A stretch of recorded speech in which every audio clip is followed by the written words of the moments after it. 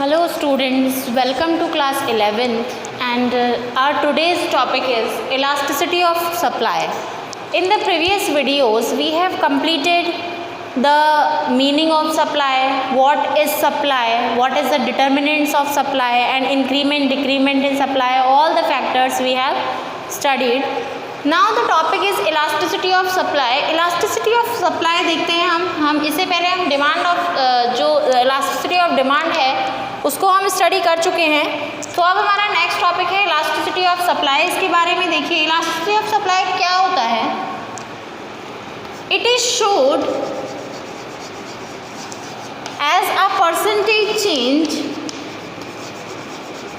in supply or in quantity supplied कि किसी भी प्रोडक्ट की जो क्वांटिटी है सप्लाई करने की उसमें कितना चेंज आएगा अकॉर्डिंग टू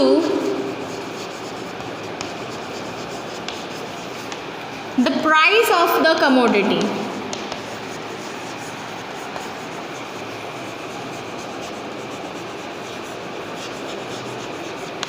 मीन्स किसी भी प्रोडक्ट की किसी भी गुड की प्राइस के अकॉर्डिंग या प्राइस में होने वाले चेंजेस के अकॉर्डिंग उसकी सप्लाई में जो भी चेंजेस आते हैं, मीन्स उसके प्राइस में होने वाले चेंजेस के अकॉर्डिंग उसकी सप्लाई में जो भी चेंज आते हैं, जिस रेट से आते हैं उसे हम कहते हैं इलास्टिसिटी ऑफ सप्लाई. उसे कहा जाता है इलास्टिसिटी ऑफ सप्लाई. मीन्स जो रेट होती है जिस परसेंटेज में यानी प्राइस में चेंज होने पर किसी भी क्वांटिटी सप्लाइड में जो चेंज आएगा that is called elasticity of supply. तो यहाँ पे हम इलास्टिसिटी ऑफ सप्लाई का फॉर्मूला देख लेते हैं. ये क्या है? As the ratio of percentage change. Elasticity of supply का हम फॉर्मूला देखेंगे. इलास्टिसिटी ऑफ सप्लाई को आप शो करेंगे ES से. Formula is percentage change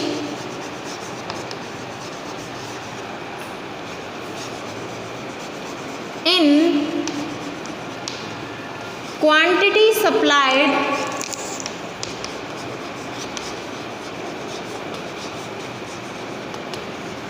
of a commodity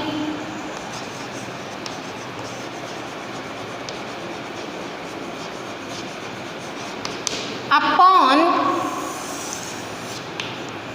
percentage change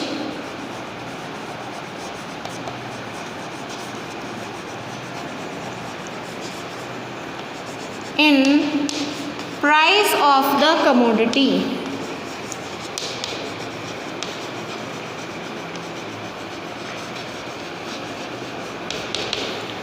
means किसी भी गुड की क्वांटिटी सप्लाई में जो चेंज हो रहा है उसको परसेंटेज चेंज को अगर हम डिवाइड कर दें उसके परसेंटेज चेंज इन प्राइस से, तो ये क्या आ जाएगा आपका? ये आ जाएगा आपका इलास्टिसिटी ऑफ सप्लाई. ठीक है, ये हमारा फॉर्मूला हो गया percentage change in quantity of supply upon the percentage change in price of the commodity. So now we are discussing about the next topic that is degree of elasticity of supply. Degree of elasticity of supply में हम सबसे पहले देखेंगे इस formula के according ही हम find out करेंगे कि क्या है degree of elasticity of supply, कितना डिग्री जो इलास्टिसिटी है वो फाइंड आउट होगा. So degree of elasticity of supply में हम देखते हैं first of all perfectly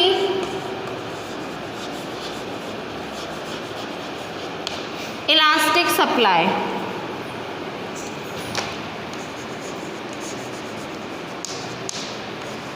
perfectly elastic supply. Perfectly elastic supply का मीन्स होता है when elasticity of supply is equal to infinitive. When elasticity of supply is equals to infinitive. तो देखिए first topic हमारा ये है, इसका डायग्राम हम देख लेते हैं.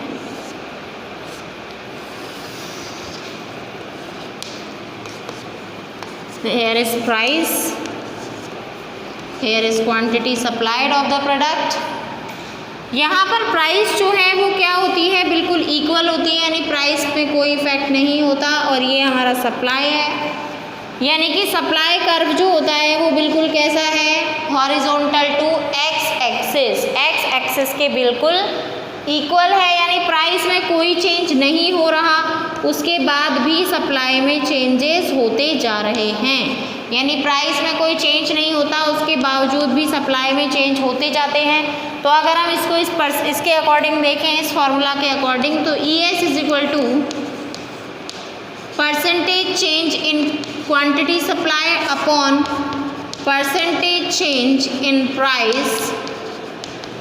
So if we imagine that the percentage change is 10%, 10% change है क्वांटिटी सप्लाई में, तो 10% upon percentage change in price, price में कितना चेंज हुआ है, कोई चेंज नहीं हुआ, प्राइस तो एज इट इज़ है, प्राइस एज इट इज़ है, तो प्राइस में कोई चेंज नहीं है, देन इक्वल्स टू 0, तो आपका आ जाएगा infinity. When you divide something, when you divide any number by 0, then you get infinitive as answer.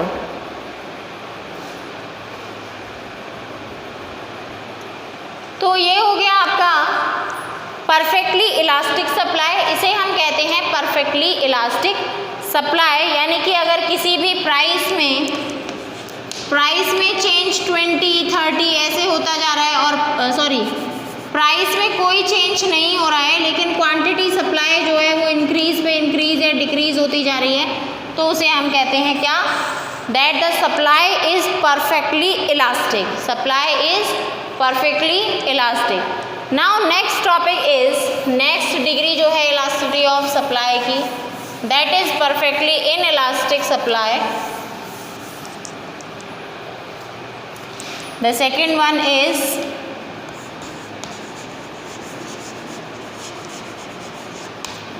perfectly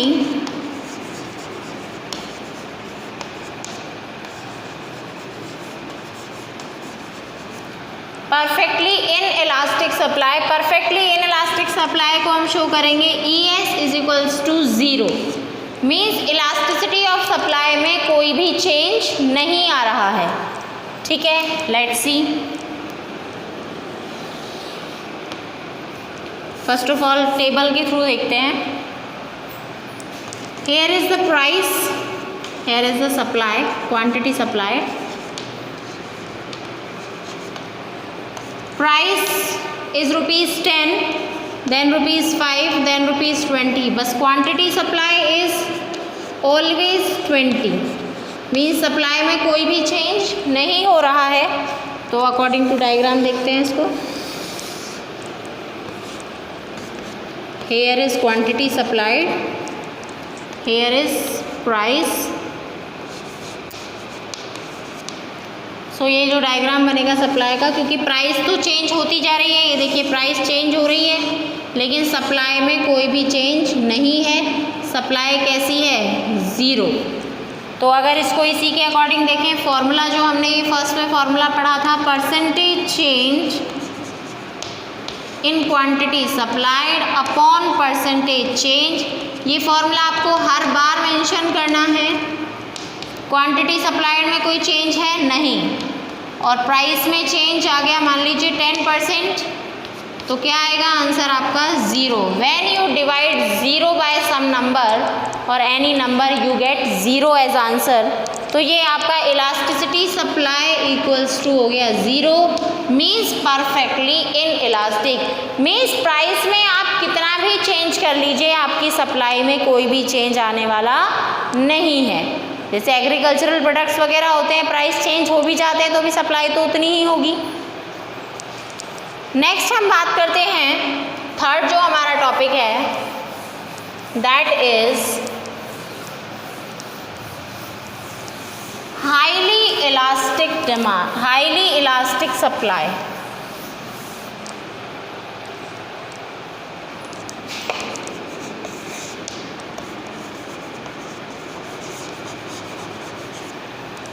highly elastic supply, highly elastic supply को शो करेंगे हम ES is greater than 1 means it is greater than 1 means ये 1 से ज़्यादा है, यानी कि जहाँ पर सप्लाई में होने वाला चेंज प्राइस में होने वाले चेंजेस से ज़्यादा होगा उसे ही शो किया जाएगा elasticity of highly elastic of supply. Let's see example. Here is price, here is quantity supplied.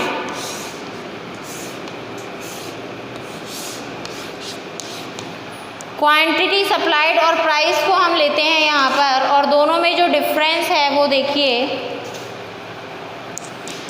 Price मान लीजिए यहाँ पर 10 है, फिर प्राइस हो गई यहाँ पर 12, 8, 10, 12, 8, और ये है आपका. देखिए प्राइस आपकी ₹10 थी पहले और उसमें आप क्वांटिटी सप्लाइड कर रहे थे 10 यूनिट्स का, लेकिन जैसे ही प्राइस क्या हो गई आपकी इंक्रीज़ हो गई तो आपने क्वांटिटी सप्लाई इंक्रीज़ कर दी, लेकिन प्राइस तो ₹1 इंक्रीज़ हुई है, लेकिन आपने सप्लाई कितनी इंक्रीज़ कर दी ₹2, और आपकी जो प्राइस है वो ₹1 कम हो गई तो आपने 2 यूनिट्स का डिक्रीजमेंट कर दिया. तो यानी कि जितना प्राइस में चेंज आ रहा है सप्लाई में होने वाला चेंज उससे ज़्यादा है, इसे ही हम क्या कहते हैं, it is greater than 1. So let's see it is by the example.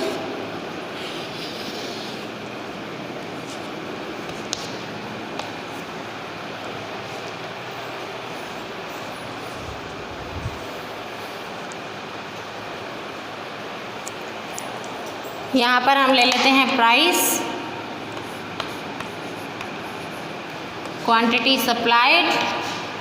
अब ये देखिए इसमें जो आपका सप्लाई कर्व होगा वो कुछ इस तरीके का होगा.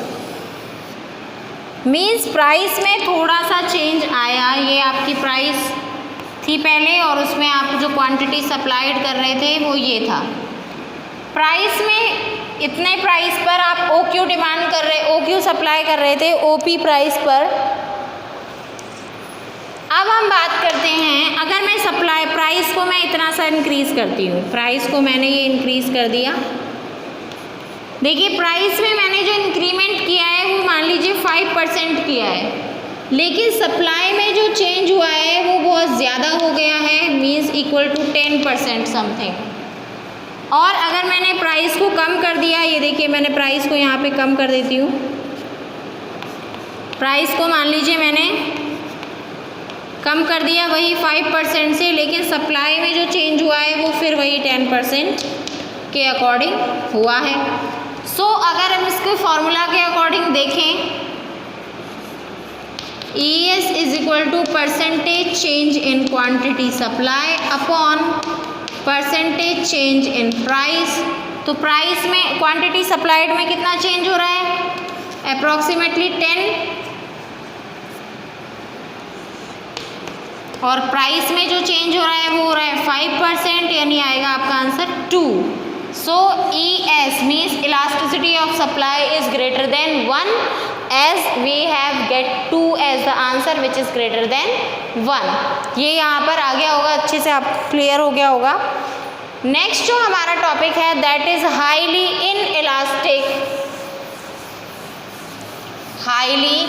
Inelastic supply.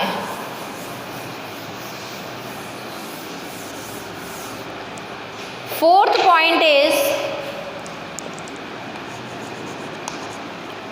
Fourth type is highly inelastic supply. ये देखिए हाईली इनइलास्टिक में सेम यहाँ पर हम प्राइस लिखेंगे, यहाँ पर क्वांटिटी सप्लाइड. यहाँ पर देखिए ₹10 पर आप परचेज कर रहे थे, सेल कर रहे थे आप 12 यूनिट्स. अब जैसे ही जो प्राइस है वो क्या होती है, मान लीजिए 12 रुपीज़ पर यूनिट प्राइस हो जाती है, लेकिन सप्लाई में जो होने वाला चेंज है वो इससे कम है. और अगर ये प्राइस जो है वो कितनी हो जाती है, 9 हो जाती है या 8 हो जाती है, प्राइस आपकी ₹2 कम हो जाती है, लेकिन यूनिट्स जो हैं वो कितनी कम होती हैं, यानी यूनिट्स आपकी कम होंगी क्योंकि दोनों में पॉजिटिव रिलेशन है, तो यूनिट्स आपकी 1 ही कम हो रही है। ठीक है, तो ये है आपका हाईली इलास्टिक डिमांड। इसके अकॉर्डिंग देखिए 10 पे 10, 10 पे 10। ठीक है, यहाँ पर आप प्राइस को इंक्रीज कर रहे हैं, यहाँ पर आप प्राइस को डिक्रीज कर रहे हैं। प्राइस को इंक्रीज करने पर क्वांटिटी सप्लाई इंक्रीज हो रही है और यहाँ पे डिक्रीज, लेकिन उतनी नहीं जितनी प्राइस हुई है, यानी प्राइस में होने वाला चेंज क्वांटिटी सप्लाइड में होने वाले चेंज से ज़्यादा है, इसीलिए इसे हम क्या कहेंगे, elasticity supply is less than 1, क्योंकि क्वांटिटी सप्लाई में जो चेंज हो रहा है वो बहुत कम है according to the price. Same according to diagram देखते हैं इसको, प्राइस यहाँ पर क्वांटिटी सप्लाइड। अब ये देखिए इसमें प्राइस और क्वांटिटी सप्लाई इसका जो डायग्राम बनेगा वो कुछ इस तरीके से बनेगा, मोर स्टीपर। लेट्स सी, यहाँ पर ये मान लीजिए प्राइस है और इतनी क्वांटिटी सप्लाइड है। अब मैंने प्राइस को इतना इंक्रीज़ किया, मान लीजिए 10%, लेकिन जो मेरी सप्लाई है वो कितनी इंक्रीज़ हुई है, ओनली 5%। मैंने इसको डिक्रीज़ किया 10% से ही, लेकिन सप्लाई जो डिक्रीज़ हुई है वो वही 5% से डिक्रीज़ हुई है। सो अगर चेंजेस के अकॉर्डिंग इसको हम देखें, elasticity of supply is equal to percentage change in quantity supplied upon percentage change in price.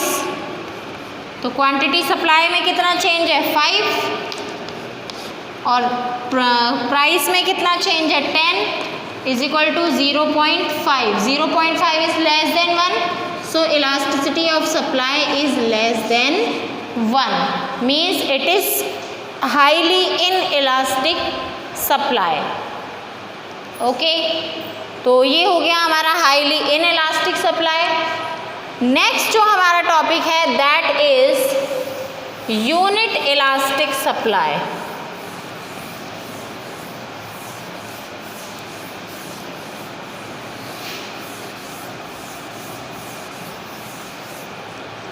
Next topic is unit elastic supply. This is the 5th degree of elasticity of supply, that is unit elastic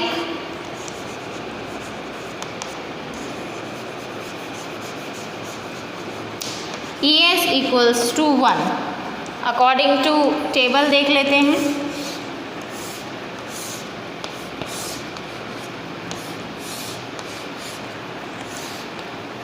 price, quantity supplied, 10 rupees पर 10 units की supply हो रही थी। Price increase किया 11, तो ये भी increase हो गया 11 में। प्राइस डिक्रीज़ किया 9, तो सप्लाई भी डिक्रीज़ हो गई 9। मीन्स प्राइस में होने वाला चेंज सप्लाई में होने वाले चेंज के इक्वल है। So elasticity of supply is equals to 1। Now we will understand this by the help of diagram. Diagram की हेल्प से देख लीजिए इसको।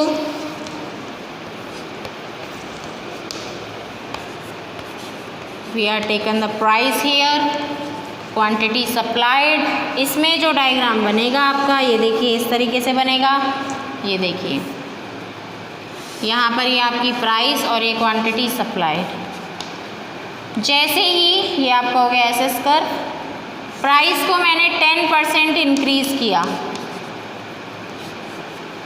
10% इंक्रीज़ कर दिया मैंने प्राइस को, तो आपकी जो सप्लाई है वो भी कितनी हुई है, 10% इंक्रीज़ हुई है। प्राइस को मैंने 10% डिक्रीज़ कर दिया, देन सप्लाई भी आपकी क्या हुई है, 10% ही डिक्रीज़ हुई है। ठीक है, तो ये इक्वल है बिल्कुल परसेंटेज चेंज के अकॉर्डिंग। देखें, elasticity of supply is equal to percentage change in quantity, percentage change in quantity supplied upon percentage change in price. Quantity supply में चेंज कितना हुआ है 10%, प्राइस में भी कितना हुआ है 10% equals to 1, so elasticity of supply is equals to 1। तो ये थे हमारे 5 degree of elasticity of supply, elasticity of supply की 5 degrees. And in the next topic we will study about the methods to measuring the elasticity of supply की elasticity of supply को measure करने के methods कौन कौन से हैं, जैसे हमने उसमें पढ़े थे, तो इसमें भी वही होगा परसेंटेज मेथड। तो next topic is measures to how to measure the elasticity of supply. So we will study about the elasticity of supplies measuring method in the next video. So thank you, have a nice day. Read this carefully and do practice of the diagrams carefully.